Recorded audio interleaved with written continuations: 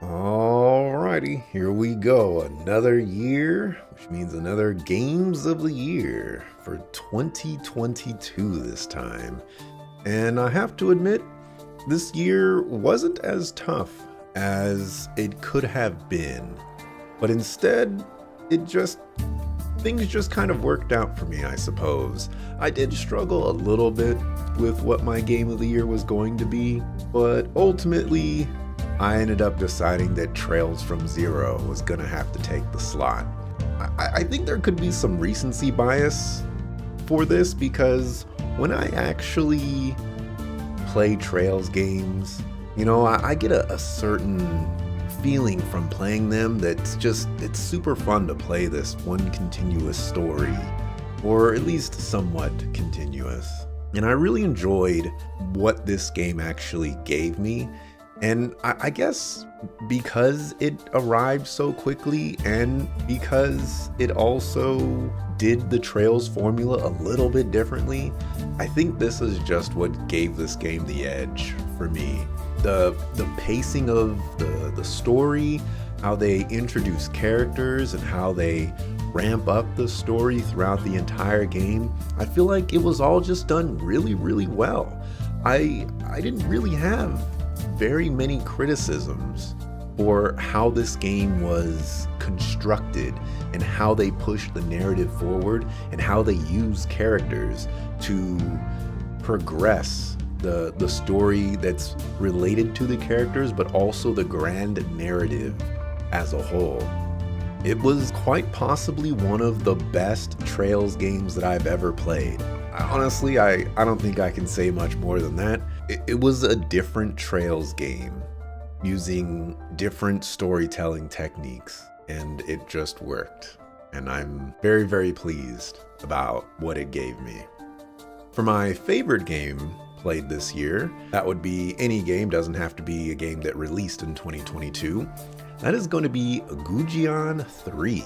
This game was developed by a Chinese developer, and the game is entirely in an Asian language that's most likely probably Mandarin, but could be something else. Not 100% sure. But it does have English localization for subtitles. And I have to say, this game really surprised me. Randomly, just scrolling on Steam, and all of a sudden I see this game, and I was like, this game has an interesting little cover art thingy, let me just check this out real quick. It says it's an action RPG. The biggest aspect of it is it was a hidden gem for me. And I don't know if you can make any game more of a hidden gem than this one, so it'll probably be the most hidden gem of a game that I'll ever find. It just kind of came out of nowhere. And it had a really cool story, it had really cool combat, and it had really cool characters. They had a really unique way of utilizing their characters while also progressing multiple plot threads. And I felt like they didn't leave very many things left to interpretation or chance. They also have a lot of ideas and a lot of things to do in that game. And many of them work. There's just so many little side activities that you can engage in. It's super cool to play a game like this and just really know nothing about it and go into it with basically no expectations. That's usually how I go into games, but I went into this game with essentially no expectations, and I came out of it incredibly happy with what I got. And now the series is on my radar for any future releases, so I'm super excited that I got to play this one, and I'm super happy that I enjoyed it because this one could be a banger series for the years to come. For my most disappointing game played this year, this one was a little bit of a tough one to go through. I wasn't exactly sure if I should choose Final Fantasy 13-2 or if I should choose Nier Automata or Automata. I still don't know how to say it. And I think I ultimately am gonna go with Final Fantasy 13-2. And that's primarily because it is a sequel game to Final Fantasy 13. The best way that I think I can describe 13.2 is that the transition from the original Final Fantasy 13 to Final Fantasy 13.2 was a lot like playing basically any game in the Final Fantasy franchise. Go with 12, for example, and then playing another game that's unrelated to 12 or the game that you choose. So let's go with 15, for example. There's just a large gap between these characters and the stories and the presentation and the ideas, and it's just so strange. And I don't really understand where they were going with this or why they chose the decisions that they did, but there's just no meaningful connection between Final Fantasy 13 and 13.2. And I'm one of those rare people that actually liked Final Fantasy 13. And so when they transitioned over to 13.2, it's like they took the criticisms from 13 and they said, okay, let's apply new things to this one. And from my point of view, I felt like they should have doubled down on Final Fantasy 13 because I think that was a good game. It had good combat. It had a story that actually wasn't as confusing as I thought it was. So I ended up choosing Final Fantasy 13-2 as my most disappointed game.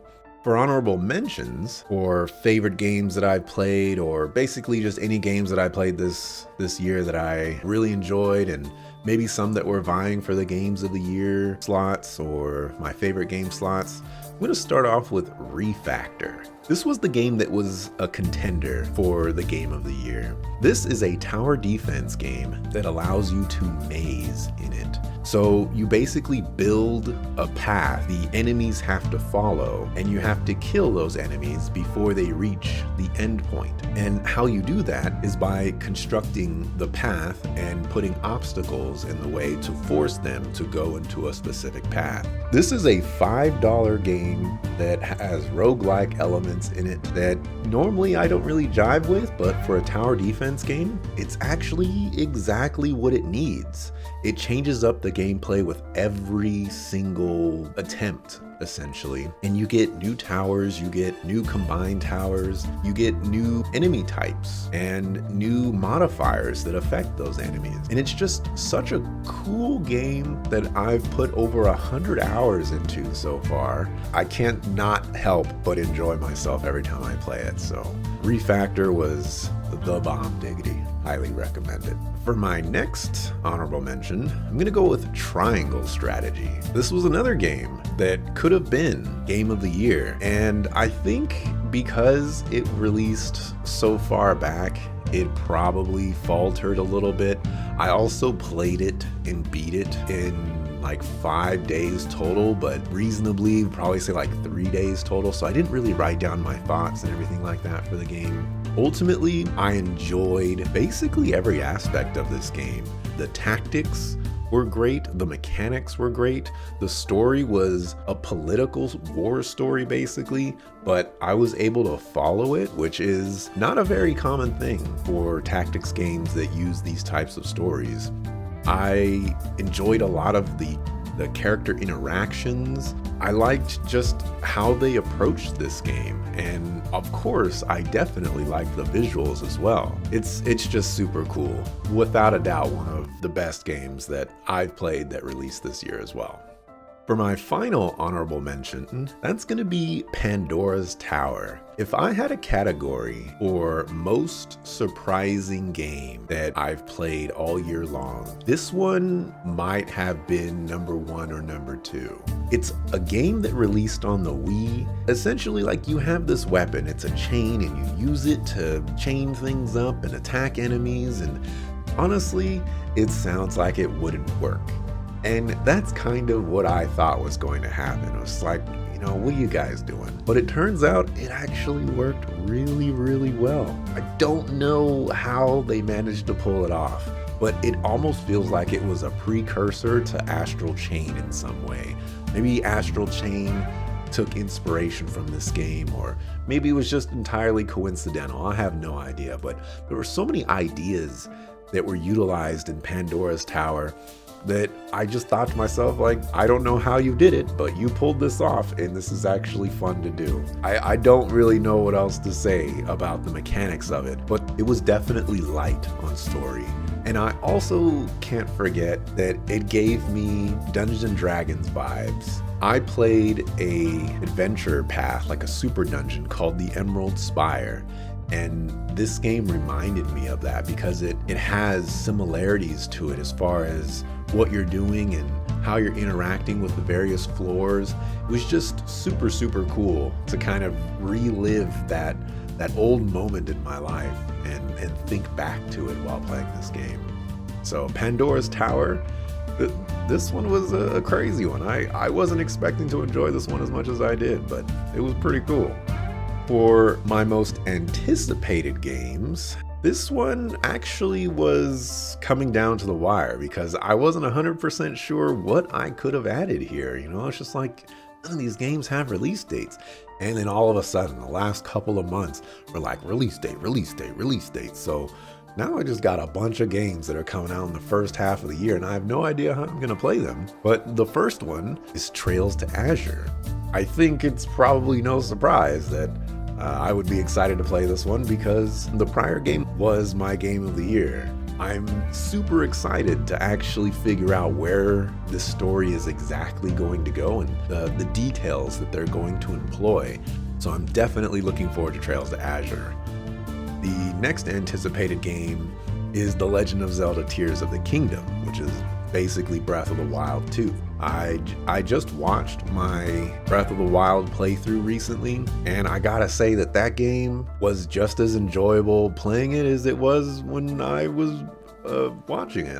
When I watched it, it was just as fun as when I was playing it. That game is just such a discover fest, and I'm greatly looking forward to exploration and just fun. The first Breath of the Wild was great, so I'm expecting this one to hopefully live up to the same standard that the original did.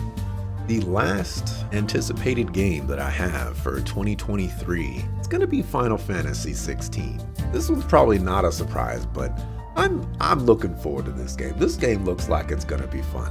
It's a little different. It's a little strange. It's doing some different things potentially. But I've been enjoying the Final Fantasy games as a whole. I don't really have any issues with them, the mainline titles, at least, of the ones that I've played so far. And so I'm expecting this one to be pretty enjoyable as well. And I'm really looking forward to, seeing how they do with this new storytelling technique. That's going to be my Games of the Year 2022. Thanks for watching. Appreciate it. See you on the next video.